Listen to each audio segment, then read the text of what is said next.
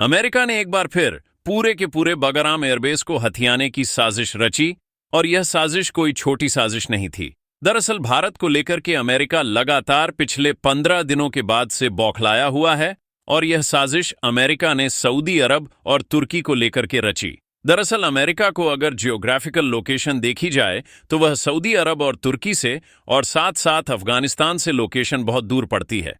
ऐसे में अमेरिका को अफगानिस्तान पर अपनी निगरानी बढ़ाने के लिए किन्हीं उन देशों की जरूरत थी जो एक तरफ तो अफगानिस्तान और भारत के शत्रु देश हो और दूसरी तरफ इनकी स्थितियां भी अफगानिस्तान के इस बगराम एयरबेस के सबसे ज्यादा करीब हों।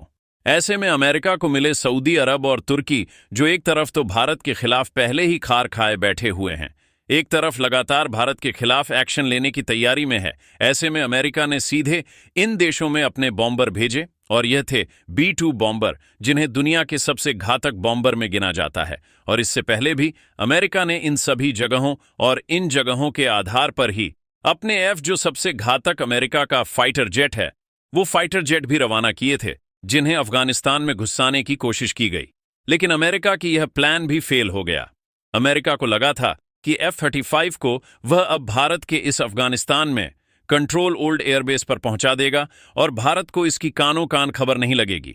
लेकिन वास्तव में भारत अब उसने उस समय तक अपनी सुरक्षा को चाकच बंद कर चुका था।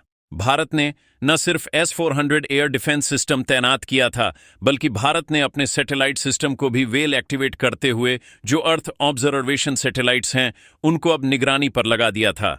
जैसे ही अमेरिका के F-35 इस क्षेत्र में घुसते हैं, उसके बाद तुरंत सैटेलाइट इमेज से भारत को तुरंत आगाह हो जाता है कि अमेरिका के F-35 इस जगह पर मिले हैं। जैसे ही अमेरिका को इस बात की भनक लगती है और भारत ने तुरंत अमेरिका को वर्णन करता है, अमेरिका तुरंत अपने F-35 को वापस ले लेता है।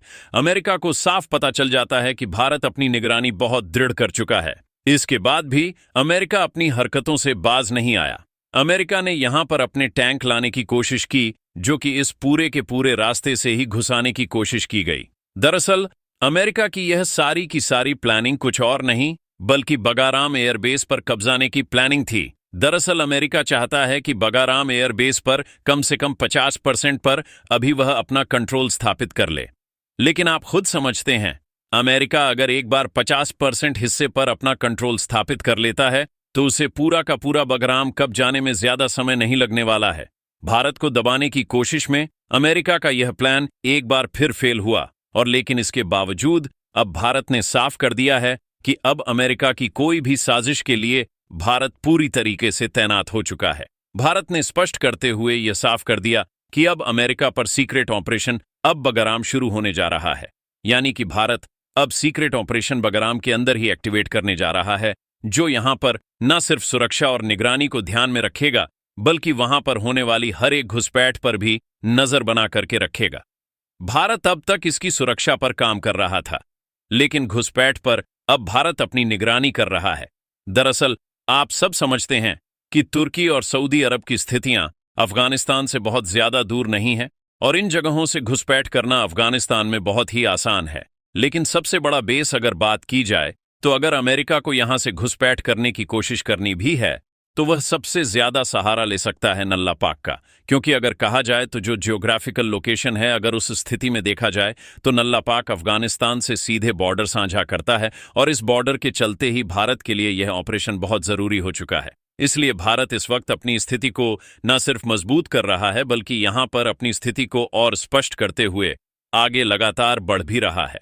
भारत ने साफ किया है कि बगाराम में अब किसी भी देश को 1% भी हिस्सा नहीं देगा।